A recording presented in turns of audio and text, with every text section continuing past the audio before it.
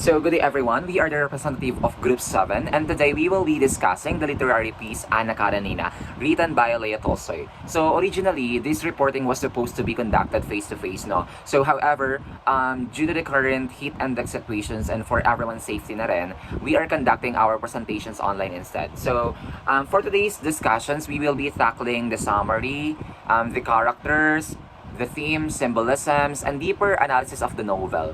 So we will also explore how the story reflects human emotions, relationships, societal judgment, and the search for happiness and meaning in life. So we hope everyone will participate and enjoy presentation as we explore one of the greatest and most influential literary works in world literature. Again, we are Group 7 and let us begin our reporting. But before we proceed with our discussion formally, allow me to ask someone to answer this question. So, the question would be, tama bang iwan ang isang relasyon kapag hindi ka na masaya? So, I want to hear some of your answers regarding with these questions and no judgment. Okay, let's proceed with the answer of Miss Julianne Buban and after that, kay Miss Jonathan Bully naman tayo. So thank you very much for participation. Good day to everyone. I'm Julianne Rose Buban from DSE 22E. And to answer this question, tama bang iwan ang isang relasyon kapag hindi ka na masaya? So for me, ay hindi tama na iwan ang isang relasyon dahil lang hindi ka na masaya. When you entered a relationship kasi, expected mo na dyan na hindi lang talaga puro saya ang mararamdaman mo. There were times na magkakaroon kayo ng argument ng partner mo, mag-aaway kayo, and malulungkot ka kasi nag-away kayo and such. So, once you enter a relationship, hindi lang yan puro saya, okay? Meron diyang malulungkot ka, may time na malulungkot ka kasi nag-away kayo or magkakasakitan kayo unintentionally. So, ayun, sa relationship kasi is dapat laging balance yung emotion dyan. Hindi puro saya. And of course, hindi rin dapat puro sakit or lungkot ang mararamdaman mo. So, siguro magiging tama lang ito na iwan isang relationship kapag hindi ka na masaya is kapag puro lungkot na lang talaga yung nararamdaman mo all throughout of your relationship with your partner. So, that's my answers for this question. Thank you! Hello everyone! So, Group 7 asked me a question. Tama ba raw na iwan ang isang relationship kung hindi ka na masaya? And for me, it's definitely yes. Because being in a relationship should give you peace. So, if hindi ka na masaya, it means it's slowly stealing your peace. And for me kasi, happiness is something that we build it through effort. And alam natin na yung relationship is may mga sacrifices, may mga sad moments, hindi palaging masaya, which is normal sa relationship. And we all knew that those things is worked out together ng mag-partner, nagagawa ng effort to fix it. So, if hindi na nakakapagbigay ng effort to make your relationship work, to make your relationship happy, and puro sadness na lang yung binibigay, wala na yung love behind it. So, what's the purpose of staying? And sometimes kasi may mga ibang tao na kinu-convince yung sarili nila na they still love that person even though deep inside, yung nafe-feel nila is pain and loneliness. They choose to stay kasi nang hinayang sa tagal ng relationship, sa memories, sa time na in-invest, or takot magsimula ulit. Without even realizing it, they slowly losing themselves too. So, if yung relationship is already toxic, hindi na masaya, you start questioning yourself, you start questioning your worth, signal na yun to walk away kasi hindi na pagmamahal yun, girl. So, don't stay just because it feels sayang, because we all deserve that kind of love that protects our peace, not steals it. Ano yan sila, be? Mga corrupt, magna-charis. So, walking away is not selfishness. Walking away is choosing yourself and peace. Good day everyone, I'm Lubin Fajardo from Group 7 and I'm going to introduce the novel Anna Karenina by Leo Tolstoy. So this novel is considered one of the greatest novels in the world literature. It was published in the 19th century and the novel also presents a realistic picture of Russian upper-class society. So the main character here is Anna Karenina, a married woman who falls in love with Count Vronsky that leads to conflict between personal happiness and social expectation. So alongside Anna's story, the author Tolstoy also explores Levin's search for purpose, faith, and happiness. And through these characters, the novel examines the themes of love, marriage, morality, and the meaning of life that make it a timeless and influential masterpiece. Okay, let's move on to the summary of the novel Anna Karenina by Leo Tolstoy. So, this novel starts in Moscow, kung saan po yung family ni Anna Karenina Oblonsky family ay nagkaka-problem dahil po sa husband ng kanyang sister na si Stiva Oblonsky na nahuli po nila na naging unfaithful sa kanya. So, dahil po dyan, si Anna Karenina po ay gusto pong masolusyonan yung problem na yun. So, nag-travel po siya from St. Petersburg to Moscow. Si Anna Karenina po ay isang napakagandang babae, intelligent, at may asawa po siyang mataas na general sa St. Petersburg. So, at the same time po, may isa pang storyline na nangyayari. And doon na po papasok si Konstantin Levin, na close friend po ni Stiva, na sister po ni Anna. So, si Levin po, gusto niya pong mag-propose kay Kitty. Si Kitty po ay yung sister po ng asawa ng kanilang brother. So, si Kitty po, may dalawa po dapat na mag-propose sa kanya. Si Bronsky at saka si Levin. And si Kitty po, nireject niya po si Levin dahil mas gusto niya nga po si Vronsky. Okay, so bumalik naman po tayo sa pagkikita po ni Anna and Vronsky. So, nakita po sila sa train station ng Moscow. So, yung nakita po ni Vronsky si Anna, na-attract po agad siya. And si Anna naman po, dahil nga po married na po siya, sinubukan niya pong lumayo din po kay Vronsky. But, dahil nga po may mutual attraction na sila, doon na po nagsimula ang kanilang passionate affair na naging usap-usapan po doon sa lugar nila. On the other hand po, si Kitty po, nalungkot po siya dahil po ni-reject siya ni Vronsky dahil nga po mas gusto ni Vronsky si Anna. So dahil po doon, nagkasakit po si Kitty and pumunta muna po siya ng Germany and doon po siya magpapagaling. And si Levin naman po, syempre po malungkot din po siya kasi nga po ni-reject po siya ni Kitty naman. So habang wala po si Kitty, nag-focus muna si Levin mag-work and may mga question po siya sa sarili niya about happiness and purpose niya po. So, dumako naman po tayo sa part na nalaman na po ni Karenina ng kanyang asawa na naging unfaithful si Anna sa kanya. So, nung nalaman po ni Karenina yun, kinausap niya po si Anna kung pwede na itigil po yung affair na yun. But si Anna po, mas talagang mahal niya po si Vronsky and sinabi niya na po kay Karenina na magkakaanak po sila. And tumagal po nun, nag-usap po sila and natulak po ni Karenina si Anna. Doon po siya muntikan ng mamatay. So, sa moment na po yun, parang nagkakaayos na po si Anna and Karenina. But, after po nun, dahil nga po mas mahal po ni Anna si Vronsky, iniwan po niya si Karenina and yung anak po nila. Ayun, so magsasama na nga po si Vronsky and Anna. So, habang nagsasama po sila, tumataas po yung insecurity ni Anna dahil nga po sa pangungutya ng mga tao and dahil din po kay Vronsky, nagkaka-problem na din po sila. So, naging paranoid po siya and unstable po. And si Vronsky naman po, mas parang lumayo po siya kay Anna po. Kaya po naging isolated po si Anna. Dahil din po hindi niya din makita yung anak niya nga po. At saka po sa mga pangungutya ng tao. And dahil po doon, hindi niya na po kinaya, kaya po pumunta po siya dun sa may train and tumalon po siya dun. And dun po siya namatay. Sa kabila naman po yung kay Levin and Kitty, nagkita po ulit sila and sila po yung nagmahalan and nagkaroon po sila ng anak din po. And now, we're going to talk about the elements of the literature. First, we have characters. Anna Karenina. She is a very young, noble woman who's very beautiful, very passionate, and also intelligent. She is also a loving wife and mother towards her children. Next is Alexei Karenin, Anna's legal husband, who is also very high noble, respectable. She's very loyal, kind-hearted, and intelligent man. Next is Count Vronsky, who is very charming, charismatic, and handsome young officer who Anna had an affair with. Konstantin Levin, who is a very kind-hearted, graceful, and mature young man who decided to work in a rural countryside or rural area after getting rejected by Kitty. Next character is Stiva Oblonsky, who is Anna Karenina's brother, who also has a very high status and works along with other nobles and very carefree when it comes to leading his offices. Next is Dolly, who is Stiva Oblonsky's wife.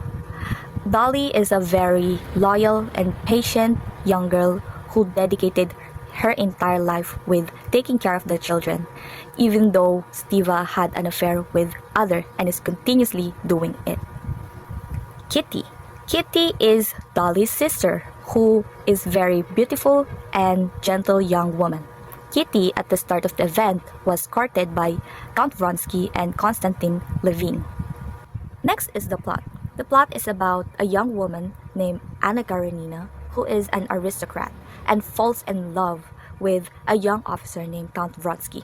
Now, their relationship become very complicated because Anna is a married woman and Count Vronsky has a very good position along with the other nobles.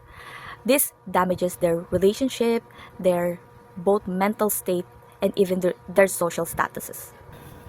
Another plot emerges after Kitty rejected Konstantin Levin.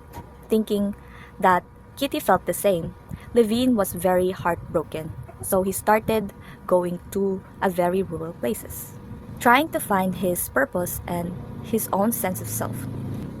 Along with Stiva, who is a very dear friend of him, he started encouraging Levin to try and ask for Kitty's hand for the second time. Next is the settings of the story, which was in Russia in the late 19th century. Next is the conflict of the story.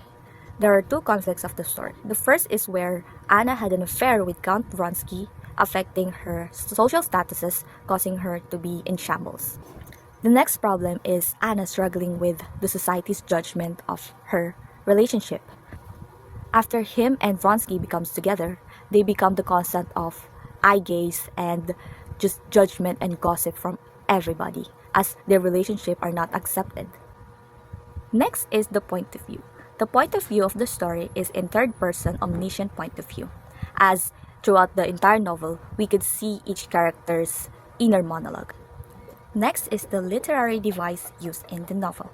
Now, there are three literary devices used in the novel. First is the parallelism. Parallelism was shown throughout the entire novel, of course, in the two plotline. First is Anna's tragic, terrible life, having to leave your own children behind, being judged by society, and almost having a poor mental breaking down every moment. While on the other hand, Konstantin Levin's story is just about his own personal growth, trying to find his own true love, which of course is Kitty, and just trying to have a good life and good story. The next literary device is realism. Now, some parts or almost every part of the novel can happen in real life. First is the judgment and the entire social classes of the story. Let's go to the first one. The judgment. Now, in real life, of course, when affair happens with, other married couples, judgment, gossip, and bad mouthing could happen. Next is the social classes of the story. In the social classes of the story, the nobles think very poorly and little of those people who live in rural places. The last literary devices is symbolism, which is shown at the very start of the novel. At the very start of a novel, when Anna Karenina was in the train meeting his brother, a man suddenly jumped and died in the train, which could be a foreshadow to Anna's future and ending of the story. So, hello everyone. My name is Saming Garbel Amamoro, and for this part, before tayo mag-proceed sa main topic natin properly, I just want you to ask something na related din naman sa aming topic or sa analysis namin. So, the question would be, sapat ba ang pagmamahal para tumagal ang isang relasyon? I just want to hear something from you guys, and I won't say na tama ba yung sagot nyo or mali ba siya kasi it's a opinionated question, so walang tama at walang mali sa sagot nyo. If that is your preference, if that is your perspective, we will respect your answer. So, pakinggan muna natin yung ilang kasagutan na galing sa ating mga ilang klase. So, maraming salamat sa mga sasagot. Hello everybody! At ito ang sagot sa katanungan kung sapat ba ang pagmamahal para tumagal ang isang relasyon. Based on my experience at sa mga naranasan ko, dahil Catherine Bernardo and Angel Padilla na rin ang aming relasyon, masasabi ko, hindi sapat ang pagmamahal lang. Dahil, mahal nyo ang isa't isa. Grabe kayo magbigay ng love. Pero, kulang pa din eh. Hindi yan magtatagal kung wala kayong respeto sa isa't isa, kulang kayo sa communication, at wala kayong goal sa buhay ninyo. Dahil sa buhay ngayon, hindi na sapat yung love. Yung kinakilig ka lang sa una, tapos yun na yun. Alam mo yung isang ngiti, isang yakap, ayun, wala, may ikot na pa rin ang mundo ko sa'yo. Ganyan lang yan eh. Dahil ang totoong love, maintindihan ka niya kahit sa deepest part ng buhay mo. Alam mo naman, sa isang relasyon, kapag ikaw'y pumasok na dyan, is kapag nararamdaman mo na yung puro sakit na lang, puro selos, puro away, puro bungangaan, hindi na yan love. Tsaka, ganun talaga. Minsan, maging magkaroon din tayo maturity at pagkakaintindihan, hindi lang sa partner mo, pati sa sarili mo. Mahalin mo rin yung sarili mo. Try mo lang. Kasi yun nga, hindi talaga sapat ang pagmamahal lang para sa akin. And I, thank you. And now they are done giving their answers or their perspective regarding with the questions. And to formally begin with our analysis part, let us read what is in the PPT. So according to here, Leia Tolstoy uses Anna Karenina not only as a love story but as a powerful criticism of society, morality, and human search for happiness. So the novel explores how passion, social expectations, and personal choices either can destroy or fulfill a person's life. So, sinasabi dito na yung mga desisyon natin sa buhay, it can either affect us. Actually, hindi lang yung tayo hindi lang yung personal na sarili natin. It can also affect the other people na nakapaligid sa atin. So, at this core, it also presents two contrasting journeys if you observe it. So, meron tayong dalawang relasyon, di ba, na tinutukoy dun sa istorya or sa novel. So, meron tayong kay Anna and Vronsky relationship, and yung kay Levin and yung kay Kitty na relationship. So, pag-compare natin silang dalawa.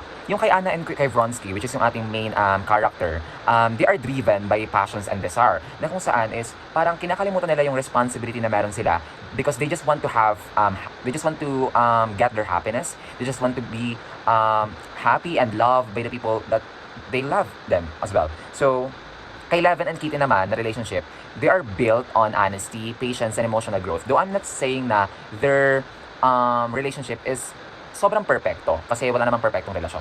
Pero yung point na nag-start sila hindi sa pagkakaroon ng padalos-dalos na desisyon, which is andun makikita mo sa relasyon nila yung pagkakaroon ng maturity and yung honesty, of course. So, Tolstoy uses these two relationships to compare temporary emotional satisfactions with lasting inner peace. So, ginamit ni Tolstoy yung dalawang relasyon na yun para ipagkumpara yung pagkakaroon ng love na puro passion lang, tapos yung love na pinag-iisipan talaga. So, yun yung aming analysis. And now, let's proceed sa ating deeper analysis din sa ating story. Actually, there are a lot of analysis na napansin namin sa novel, pero hindi na namin siya sinama lahat kasi magiging mahaba yung discussion sa topic na to kung isasama namin lahat. But yung mga sinama lang namin is yung apat na sa tingin namin is sobrang tumatak talaga sa isip namin as a reporter. And also, kapag kayo din, pag binasa nyo rin yung story na yun, I think mapapansin nyo din yung mga analysis na yun. So, for our first analysis, we have yung love as both beautiful and destructive. So, we all know that yung one of the central themes ng ating story is about love. Pero, ilang ayun yung gustong iparating ng author. He only wants to present love in different forms. So, sinasabi rin sa story na to na hindi lang yung pagmamahal is always positive, it can be also negative. Relationship ni na Anna at Vronsky, yes, we all know nag-start siya sa excitement, attractions, at sa passionate love. Pero we can also forget the reality or the fact na merong responsibility si Anna Karenina, which is married siya, di ba, kay Alexei Karenin. So, nakita niya si Vronsky bilang escape sa emotionally cold niyang buhay because we all know na yung character or yung role ni Alexei Karenina sa story na yon is sobrang cold niya, tapos very serious, tapos very hardworking. Or siya yung taong tipo na laging nakafocus sa meron siyang trabaho. Kasi nga, parang public servant ata siya or meron siyang work na related sa gobyerno or sa politics sa bansang yon. So, anyways, habang tumatagal yung relationship nila Anna Karenina at ni Vronsky or ni Count Vronsky, napapansin natin na nagiging possessive si Anna, right? Tapos lumalala yung jealousy niya, nagiging emotionally unstable siya, at unti-unting nasisira yung peace of mind niya. So, ipinapakita rin dito sa story na to na ang love na puro passion lang at walang emotional balance or yung stability na tinatawag natin ay pwedeng maging destructive. Pero, samantala, sa relationship nila Anna Karenina, meron naman din tayong kumbaga green flag na relationship, which is yung kay Levin at yung kay Kitty. Mas healthy sa kanila if we are going to compare sa relationship nila Anna Karenina at Vronsky. Kasi though we are not saying na perfect yung relationship nila, pero meron siyang honesty, kaya gaya ng sabi ko kanina, and forgiveness, patience, and of course yung growth. Kitang-kita natin yung pagbabago ni Kitty, di ba? At first kasi, na meron siyang gusto kay Vronsky, tapos parang hindi niya tanggap yung ganon. Tapos, as time goes by, nung nakilala niya si Levens, parang natutunan niyang i-accept na ganon talaga ang buhay. Kailangan niya minsan magpatawad, kailangan niyang magbigay ng magpakumbaba, parang ganon. Tapos, kailangan niya ding magpakatotoo sa sarili niya. So, I think the interpretations of this novel ay hindi sapat ang passion lang para maging tunay na masaya ang isang tao. So, kailangan din natin ng responsibility, ng trust, at emotional maturity. Kung ating iisipin, sa relasyon nila Anna Karenina at ni Count Vronsky, iisipin ng mga tao na grabe, napaka-passionate ni Vronsky, napaka-gentle ni Vronsky. Pero if you are going to think deeper, hindi ganun ka-acceptable yung kanilang way on how they are going to continue their relationship. Even if we all know the fact na meron silang responsibility sa kanya-kanyang buhay, especially kay Anna Karenina, na married siya. So, yun, hindi sapat ang passion lang para maging tunay na masaya ang isang tao. So, ayun yung interpretation ng ating story. And for the second one, interpretations or ng ating analysis for this story is, society is very hypocritical in this story. Malaking criticism din ng novel ang hypocrisy ng society sa story na to. Because, you know, si Anna ay harshly judged dahil sa affair niya. We all know na nag-cheat silang dalawa. Di ba? Meron tayong dalawang story. May dalawa tayong character na nag-cheat. Si Anna Karenina at si Oblonsky.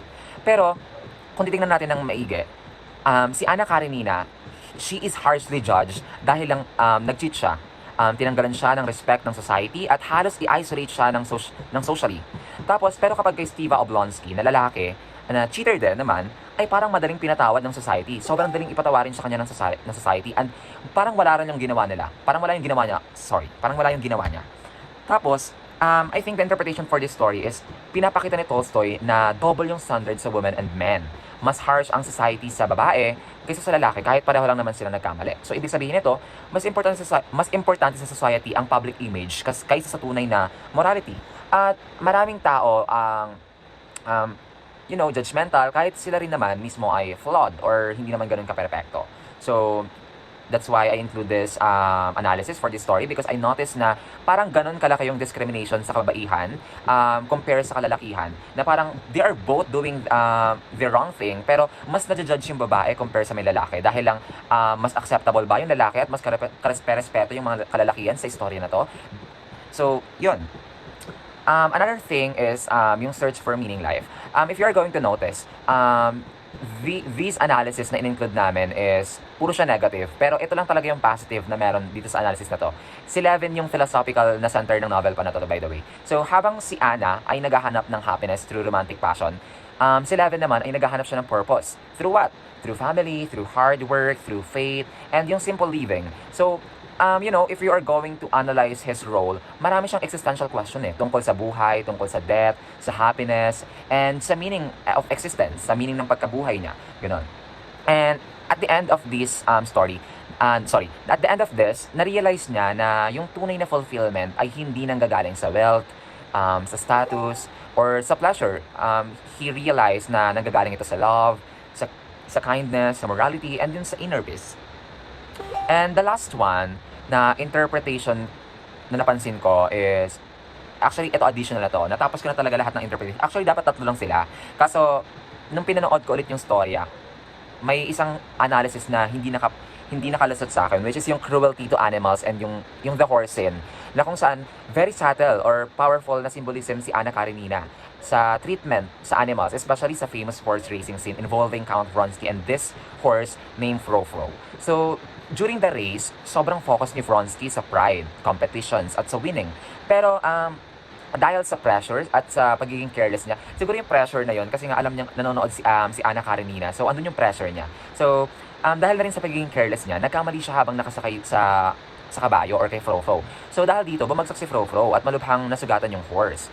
So, after the accident, pinatay or pinut down niya yung kabayo dahil hindi ito makarecover. Kasi pinipilit ni Vronsky na patuyuin yung kabayo kasi parang gusto niya pang lumaban, gusto niya pang humabol. Pero the problem is, sobrang injured na ng kabayo. And then, parang inaawat siya that scene. Tapos, bumuhay siya bigla ng baril. Tapos, bigla niyang binaril yung animal. And sobrang hindi acceptable ito for this story. And sa society natin ngayon, hindi siya acceptable for me. So, pumasok na sa interpretation ko na yung horse is meron siyang symbolism kay Anna Karenina. So, actually, marami ding literary critics na naniniwalang si Fro ay symbolic siya ng representation ni Anna Karenina.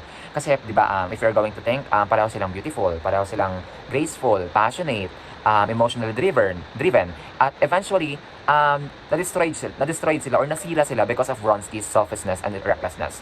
So, habang ginagamit ni Vronsky ang kabayo para sa sarili niyang ambisyon at yung sa pride, ganun din yung nangyari kay Anna Karenina emotionally. So, ano ba yung interpretation nito? I am not saying na hindi directly evil si Vronsky, pero pinapakita ng story or ng author na to na yung selfish or yung pagiging selfish and yung pagiging passion and obsessed natin sa isang tao, pwede siyang makasakit at makasira ng iba, kahit na unintentionally. Kasi we don't know naman nakakasakit na tayo, pero mafe-feel natin yan. Pero hindi all the time na mafe-feel mo nakakasakit na ng tao because of your selfishness, because of your passion, because of your obsession. So, we should be really careful and yeah, we should be really careful sa mga gagawin nating actions. So parang si Anna rin na nag-represent kay Fro. Una siyang minahal passionately, right? Tapos, pero eventually, naging emotionally damaged siya and isolated and of course, destroyed. Kaya yung death ni Fro ay para siyang foreshadowing ng tragic ending ni Anna. So, that is for the analysis of this story. Okay, now, let us proceed sa ating next part of the analysis, which is the symbolism. It is no other than the train. Why we choose train? It is because it symbolizes fate, it symbolizes death, and destructions. So, we think na ito yung pinaka-importanting symbol sa novel, which is yung train. Because there are important scenes na connected yung scene nila sa train, which is yung unang part or yung unang major connection nila ni Anna at Vronsky, kasi nga doon sila nag-start, diba? Doon sila nagkita. Unang nagkita sa may mismong train. Tapos, yung second one is yung death ng railway worker early in the story. So, pinakita pa lang sa pinaka-umpisa na may namatay doon sa may train na yon, and yeah, somehow they are connected sa ending or sa pagkamatay or yon, sa death mismo ni Anna. Tapos, we think that the symbolize of the train or yung meaning niya mismo is it's unstoppable fate, destruction, and emotional chaos and death. So, it's like parang habang lumalala yung emotional suffering ni Anna, mas nawawalan siya ng control sa buhay niya. So, katulad ng train, tuloy-tuloy lang yung takbo niya. So, parang ganun din kay Anna Karenina. Even if hindi na ganun ka-balance yung kanyang emotional and hindi na siya ganun ka tatag, patuloy pa rin siya sa pagpupursigan ng isang relasyon na hindi naman karapat-dapat because we all know na meron siyang responsibility sa other person, which is kay Alexei Karenin. So, ano ba yung deep interpretation nito? So, yung train, it symbolized in modern society na mabilis, na cold, na mechanical, and emotionally disconnected. And at the end of this, ito rin yung naging sanhi ng tragic ending ni Anna. So, that is for the symbolism. So, for the conclusion of this analysis, hindi naman na siya ganun kahaba since na-include na rin siya dito sa PPT. So, let's just read na lang. So, Anna Karenina is more than a tragic romance. It is a profound exploration of human emotion, morality, society, and the meaning of life. Through Anna's downfall and love and spiritual growth, Tolstoy demonstrates that external passion may bring temporarily excitement, but genuine happiness comes from emotional honesty, moral responsibility, meaningful relationships, and inner peace. So, yun ang naman yung kanyang conclusion, and lahat naman na ng importanteng information is naka-include sa conclusion ito. So, that is for the conclusion of this story. And now, let's alamin naman natin kung ano nga ba yung message of this story. Simple naman yung gustong iparating ng mensahe ng author or ng story nito. So, sinasabi lang dito na hindi sapat yung passion or puro passion lang para maging tunay na masaya ang isang tao. So, kailangan din ng responsibility, ng trust at emotional maturity. So, kanina, inas ko yung isa nating classmate if sapat ba ang pagmamahal para pagpatuloy ang isang relasyon. It's somehow connected to this message na hindi sapat ang puro passion lang, hindi sapat yung pagiging masaya mo lang, even if we say na masaya ka sa relasyon na yon, hindi sapat yon. So kailangan din natin ng responsibility. We should know our responsibility and we should trust our partner, of course. And dapat sa loob ng relasyon na yon, dapat nagbi-build kayo ng emotional maturity. Hindi lang yung isa yung nagbi-build ng emotional maturity, but also the both of you or the two of you nagkakaroon ng maturity. So, para sabay kayong dalawang umaangat. So, hindi pwedeng yung isa lang yung umaangat, tapos yung isa is nasa baba at gano'n na gano'n pa rin. Kasi for me, hindi magtatagal yung ganong relasyon if merong isang tao or meron isa sa relationship na hindi suportado yung pag-angat ng isang partner niya. So, that is for the message of this story.